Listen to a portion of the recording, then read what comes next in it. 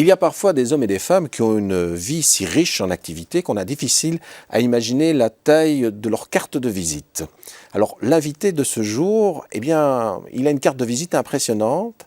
Jacques de Decker, bonjour. Bonjour. Alors c'est vrai que quand je vois tout ce que vous avez fait ou ce que vous faites, auteur dramatique, adaptateur, metteur en scène, essayiste, biographe, également une carrière de critique théâtrale, 20 ans derrière vous pour le journal Le Soir, enseignant en langue, aujourd'hui secrétaire perpétuel de l'Académie royale de langue et de littérature française, ça c'est vraiment très long sur une carte de visite. C'est pour ça que je n'ai pas de carte de visite d'ailleurs. Voilà, vous avez résolu le problème parce qu'effectivement, il y a tout ça derrière vous, il y a toute cette richesse et en même temps, on se dit qu'il y a un fil rouge qui est là, qui est toujours là, qui est le théâtre, une véritable passion. Le théâtre est un démarreur qui m'a beaucoup appris, et continue à me passionner énormément.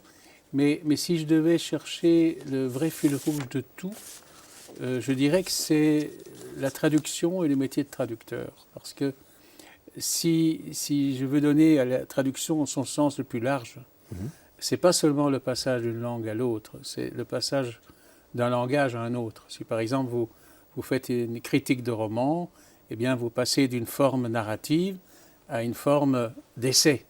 Si vous faites une pièce de théâtre avec un roman, c'est encore une forme de traduction.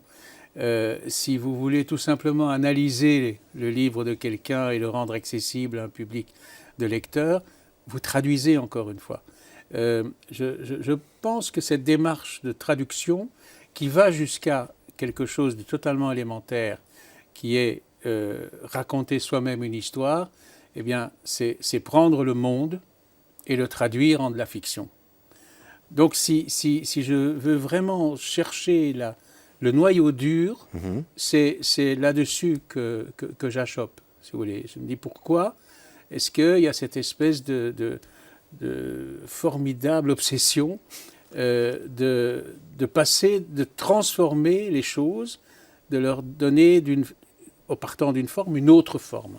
Alors, on va essayer peut-être d'en savoir plus, parce que je suppose que vous vous êtes auto-analysé, que vous vous êtes dit, ça n'est pas venu comme ça. Alors, le petit Jacques, en culotte courte, 5-6 ans, comment il est? Est-ce qu'il a déjà cette passion pour les langues, cette passion pour le théâtre? En tout cas, pour la langue, oui. Et ça a commencé même plus tôt. C'est-à-dire que je suis de ces flamands francisés à Bruxelles qui ont été mis à l'école en français dès qu'on met les enfants à l'école, donc vers 3 ans, et qui a été plongé dans une autre langue que celle qu'il entendait majoritairement à la maison. Au point que je suis revenu de l'école en disant à mes parents, c'est pas la même langue qu'on parle à l'école, alors moi je voudrais maintenant qu'on parle la langue de l'école.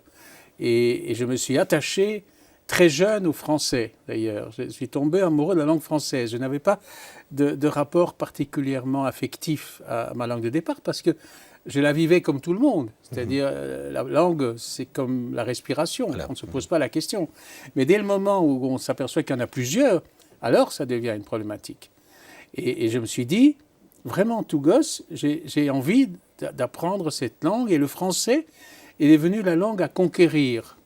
Le flamand étant la langue reçue. Et à partir de là, la notion de traduction s'introduit directement. Puisque, d'une part, pour m'exercer, je demande à mes parents de me dire dans les 2 langues ce qu'ils veulent me dire. Et puis, à un moment donné, moi-même, je m'aperçois que je traduis aussi. Parce que, avec mes parents, ça s'est fait en français, donc une espèce de francisation du milieu, qui est un phénomène sociologique très connu à Bruxelles, mais avec d'autres membres de la famille, en province, je suis obligé de retraduire mon français vers le néerlandais. Donc il y a une sorte de gymnastique verbale qui s'est emparée de moi très jeune et qui s'est, pour ainsi dire, jamais arrêtée. Alors, le théâtre, vous êtes allé très jeune au théâtre? Oui, très jeune. Et là, ça a commencé dans un endroit symbolique à Bruxelles, qui est Thônes, à l'époque où les marionnettes de Thônes n'étaient pas à l'endroit où elles sont maintenant, mais vraiment dans les Marolles, et étaient beaucoup plus frustes, enfin beaucoup plus folkloriques aussi. Et ça m'a complètement fasciné. Il faut dire que la télévision, à mes yeux en tout cas, n'existait pas. On était à la fin des années 40, au début des années 50. Le cinéma, j'ai calculé que j'avais vu 10 films à l'âge de 10 ans, ce qui est quand même une chose étonnante pour des enfants d'aujourd'hui qui voient 10 films par jour. Alors, ce premier choc avec le spectacle a été bouleversant, vraiment bouleversant. Et à partir de là, j'ai fait mes marionnettes moi-même, j'ai construit un petit théâtre, et puis bon, ça ne s'est pas arrêté. Puis alors, il y a la découverte du spectacle avec des gens vivants. Ça me paraissait incroyable, ça, que sur un plateau, il n'y ait pas que des poupées. Et là aussi, ça a été un passage, un vrai passage, comme une initiation. Et à partir de là, je dois reconnaître que le théâtre, c'est ce qui m'a le plus aimanté à des tas de niveaux, encore jusqu'à aujourd'hui. Vous êtes issu d'une famille d'artistes, on peut dire. Vous n'avez pas eu de frein par rapport à cela. Vous auriez pu avoir des parents qui vous disent non, alors les artistes, non. Mais je n'aurais jamais osé dire ouvertement que j'allais faire du théâtre un jour, parce que comme mon père était artiste, et artiste peintre, et que maman faisait du piano, mais pas du tout en professionnel, et que c'était plutôt elle qui gérait l'entreprise, elle était très convaincue qu'une vie d'artiste, c'était une vie très aléatoire, que c'était très risqué, qu'élever une famille en faisant ce genre de métier est tellement lié à l'approbation des autres et qui n'est jamais un métier ni régulier, ni fonctionnalisé. Mais vous avez choisi quand même au départ le plus gros risque. Vous avez été comédien au départ. Oui, mais... Ça fait peur, ça, des parents. C'est-à-dire que j'ai été comédien, mais amateur, mais bizarrement admis par les professionnels. Ça, c'est une très étrange histoire. C'est-à-dire que ça s'est passé à 17 ans, avec Albert-André Lheureux et quelques autres. On a fondé un théâtre à Bruxelles, qui s'appelle l'Esprit Frappeur. Et le théâtre à Bruxelles n'avait pas encore, sauf les expériences du théâtre de poche, quelque chose qui était, disons, en dehors du mainstream. Il y avait les grandes institutions théâtrales, mais il n'y avait pas l'avant-garde. Et nous, on s'est lancé et on a joué tout de suite Ionesco, Obaldia, Arrabal. Et ça a étonné beaucoup de gens. Et il y avait des critiques même de grands journaux qui sont venus voir ce qu'on faisait. Donc on a été pris davantage au sérieux qu'on l'avait imaginé. Alors au départ, j'étais acteur comme les autres, mais j'ai bifurqué. Alors oui, c'est finalement encore la langue qui vous fait bifurquer, puisque vous commencez par, au fond, traduire et adapter des pièces de théâtre étrangères. Oui, c'est ça. C'est-à-dire que j'avais pris un peu mes distances du théâtre, parce que je faisais des études, mais que j'avais choisi en fonction de mon goût du théâtre, parce que je voulais lire Shakespeare et Brecht et tout ça dans le texte. Donc pour ça, il fallait que j'apprenne les langues. Ça a été ma motivation à faire ces études-là. Mais ça m'a pris du temps. Comme j'avais raté ma première session de première candie à cause du théâtre, je m'en suis un peu décramponné. Et puis à un moment donné, ça m'a repris en écharpe. On est venu me voir, on a dit, écoute, tu peux, maintenant que tu en sais un peu plus là-dessus, nous faire une version d'une pièce anglaise. Et j'ai fait ma première version d'une pièce anglaise pour l'Esprit Frappeur. Et je suis devenu traducteur, adaptateur de théâtre, ce qui est l'activité que j'ai peut-être exercée de la manière la plus massive, parce que je ne sais pas moi-même le nombre d'adaptations que j'ai faites. J'en ai fait entre 60 et 80. Oui, on parle d'une soixantaine dans ces eaux-là, mais il y en a certainement... 60 sûrement, mais plus aussi, je crois. Oui. Alors, bien sûr, il y a un moment où on adapte, et puis on doit se poser la question, et si j'écrivais moi-même une pièce de théâtre? Oui.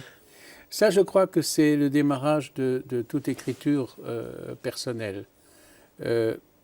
C'est un avantage que d'avoir préalablement fréquenté de manière aussi assidue les pièces des autres, qui sont souvent de bonnes pièces, sinon des gens n'auraient pas pensé à les programmer, qui ont été quelquefois d'ailleurs des pièces classiques importantes. J'avais déjà adapté, par exemple, l'Éveil du printemps de Wedekind, avant de constater que j'avais envie d'écrire une pièce originale. Mais je pense que la raison peut-être la plus élémentaire pour laquelle on écrit ses propres textes, c'est parce qu'on a l'impression d'un manque. C'est parce que, et un manque à deux dimensions. Il y a le manque du livre dans la bibliothèque. Ce livre qu'on voudrait trouver dans la bibliothèque et qui n'y est pas, parce qu'il n'existe pas encore. Alors on doit bien le faire soi-même. Et l'autre manque, c'est qu'on a en soi une espèce d'aspiration à dire quelque chose qu'on n'a pas pu dire, qu'on n'a pas lu ailleurs, et qu'on doit dire. Parce qu'autrement, on ne s'en sortira pas. Sur un plan, j'allais presque dire, humain, affectif, psychanalytique, tout ce que vous voulez. Et c'est à ce moment-là, ça s'est passé, j'avais une trentaine d'années, ce qui est relativement tard. Et pour moi, ça s'explique par le fait que j'avais trop fréquenté les textes des autres. Et que quand on a passé tant d'années dans la proximité de titans comme, je sais pas moi, Goethe, Kleist, tout ce que vous voulez, eh ben, on est un peu plus intimidé encore parce qu'on ne va pas se mesurer à ça. Donc il y a une espèce de culture qui devient contre-productive. Et il faut vraiment que la pulsion soit très puissante pour passer outre. Et ça a fini par se produire, donc avec une première pièce où j'ai été encouragé d'ailleurs par quelqu'un qui connaissait mon travail d'adaptateur, qui me faisait confiance, qui était un grand monsieur qui s'appelait Claude Etienne. Alors voilà, c'est le début. Vous êtes maintenant auteur de théâtre. Et il y a plusieurs pièces qui s'enchaînent, qui sont jouées. C'est vrai que vous êtes un auteur finalement heureux parce que vous avez été joué de nombreuses fois. Et puis tout à coup, il y a le roman. Oui. Alors, on se dit a priori, c'est logique. Pour vous, c'était peut-être pas logique. Non, c'est-à-dire que j'avais jamais envisagé d'écrire du roman. Le roman même m'effrayait un peu. Enfin, c'est quand même une forme beaucoup plus ample, beaucoup plus complexe. Et j'y étais forcé parce que j'avais un projet de pièce et cette pièce, pour des raisons multiples, n'était pas réalisable comme pièce. Et il fallait le roman, c'est-à-dire qu'il fallait être dans la tête des personnages. Il fallait être plus descriptif, il fallait être un peu analytique, il fallait commenter, etc. Enfin, toute chose que le roman permet. C'est formidable, le roman, par sa liberté, par son extraordinaire disponibilité. Le théâtre est fait de contraintes. Et je pense que Racine avait raison, quoi. On fait une pièce en 5 actes avec des vers de 12 pieds. C'est sûr, c'est comme la musique, en fait. Ça se rejoint quelque part. C'est-à-dire que le roman, c'est une forme extraordinairement libre, sauf si on choisit de faire des romans codés ou des romans de genre. Mais pour le reste, le roman permet tout. Et là, je crois que j'avais besoin de cette liberté pour faire La Grande Roue. Alors voilà, auteur de théâtre, adaptateur, romancier et en plus, critique théâtrale. Oui. Alors ça, 20 ans de critique théâtrale, on se dit que c'est un sacré morceau, ça aussi, dans une vie. Hein. C'est un gros morceau dans une vie. D'abord, c'est un métier qui n'est pas du tout ce que les gens croient. Les gens disent, qu'est-ce que c'est ce type qui ne passe sa vie au théâtre, qui en plus en dit ce qu'il pense et est payé pour ça, qui paye jamais sa place en plus. Bon, il a tous les avantages pour lui. Eh bien non, en fait, c'est un bagne, parce que c'est le sacrifice d'autant de soirées par semaine. C'est le fait qu'on est un spectateur qui ne peut pas sortir pendant la représentation. D'abord parce que ce n'est pas correct au plan journalistique, et deux, parce qu'on est relativement surveillé. Donc, c'est vraiment c'est un bagne agréable, hein, mais c'est quand même une discipline. Et puis en plus, à l'époque, on était beaucoup plus rigoureux qu'aujourd'hui sur la rapidité de réaction. C'est-à-dire que quand une pièce se jouait, à la première, il y avait les journalistes de tous les journaux. Et les papiers paraissaient le lendemain, tout au plus le surlendemain. Et tout ça faisait aussi une course à la rapidité de livraison de la copie. Il fallait tout faire vite, ça demandait aussi une préparation. Mais au bout d'un certain temps, on pouvait lire les spectacles d'une façon assez experte, parce que d'abord on avait vu au fil du temps pratiquement toutes les interprétations des comédiens qu'on reconnaissait. On pouvait vraiment faire une sorte de parcours du comédien. On pouvait rendre le spectateur attentif à ça. Tiens, là, vous allez avoir un acteur que vous avez vu dans tel genre de personnage qui va faire tout autre chose là-dedans. Il y avait aussi les versions successives des mêmes grandes pièces du répertoire qui permettaient d'expliquer pourquoi dans telle pièce Hamlet se comporte de telle manière et dans l'autre pourquoi il le fait autrement, qui assimilait un peu la vue du théâtre à l'écoute de la musique classique. Enfin, je parle beaucoup de ça à l'imparfait parce que j'ai l'impression ça n'existe que plus, c'est ça, oui, hein, oui, oui. On ne retrouve plus vraiment ça dans la presse. C'est facile de cumuler tout ça parce que finalement, vous avez une vie de critique et puis vous avez envie d'écrire aussi. On se dit que ça fait de très très longues journées. Oui, oui, il y a ce problème-là, c'est que ça signifie une dépense d'énergie, certainement, mais quand l'énergie est alimentée par la passion, on ne se rend pas compte. D'ailleurs, je crois même être allé trop loin, parce que j'ai eu des problèmes de santé qui s'expliquent en partie par ça. Mais l'autre difficulté, c'est la compatibilité, c'est-à-dire, on pourrait dire, faire du théâtre, en tout cas en écrire, et puis le commenter, c'est être jugé parti. J'étais le premier conscient de ce problème. On vous l'a reproché de temps en temps? On ne me l'a jamais reproché. Ce qui, pour moi, était le signe que j'avais été suffisamment vigilant là-dessus. Et que je voulais séparer mes goûts personnels alors, de mes appréciations de critique. Je trouve d'ailleurs qu'un critique n'a pas à dire « cela n'est pas ma tasse de thé ». À la limite, on se fout pas mal de la tasse de thé du critique. Le critique doit être capable de dire à tous les publics, selon leurs goûts différents, ce qui est susceptible de leur plaire ou de les décevoir dans leurs catégories différentes. Donc, il n'a pas le droit d'avoir des préférences marquées de type subjectif. Il doit avoir simplement une expertise et de dire voilà un vaudeville, ça se donne pour un vaudeville, eh bien c'est très bien fait. Voilà un spectacle dont on attendait tout parce qu'il allait bouleverser le théâtre, parce qu'il allait nous engager dans de nouvelles voies. Eh bien, on en attendait beaucoup, mais on ne reçoit pas grand-chose. J'ai l'impression, moi je me souviens d'avoir lu quand même beaucoup de vos articles, que vous n'avez jamais eu ce côté méchant qu'on peut peut-être parfois retrouver chez certains aujourd'hui, peut-être plus encore chez nos voisins français. Oui. Vous avez toujours eu un profond respect pour les comédiens, pour cette profession. Oui, c'est lié au respect de la profession. Et puis je crois que c'est facile de se faire remarquer par la brutalité ou la férocité. Je trouve qu'un critique n'a pas le droit de se faire un nom et une réputation sur le dos des autres. D'abord, c'est un métier de passage, c'est un métier de truchement, c'est comme la traduction. On est au service de quantité de choses, au service de la chose théâtrale qu'on contribue à faire connaître, au service du public qui, lui, ne va pas 3 fois par semaine au théâtre, qui va peut-être 10 fois par an maximum, et qui a besoin de ne pas être trompé dans ses choix. Parce que quelqu'un qui est déçu par un spectacle, il aura tendance à ne pas y retourner si volontiers. Il y avait une cause que je crois était à défendre, c'était celle du théâtre. Et en grande partie parce que, comme vous dites, j'ai un immense respect des gens qui le pratiquent. Alors aujourd'hui, vous êtes secrétaire perpétuel de l'Académie royale de langue et de littérature française de Belgique. Je suis pratiquement persuadé que la majorité des spectateurs qui nous regardent sont incapables de définir votre fonction. Alors, c'est quoi un secrétaire perpétuel ? D'abord, perpétuel veut dire permanent. Ça veut dire que c'est quelqu'un qui a une fonction dans l'Académie, qu'il exerce aussi longtemps qu'il occupe ce mandat. On sait qu'à l'Académie, il y a un directeur, il y a un vice-directeur, mais désigné pour 1 an. Tandis qu'il faut bien quelqu'un qui assure la continuité, c'est le secrétaire qui fait ça. Donc c'est le gestionnaire de l'Académie, si vous voulez.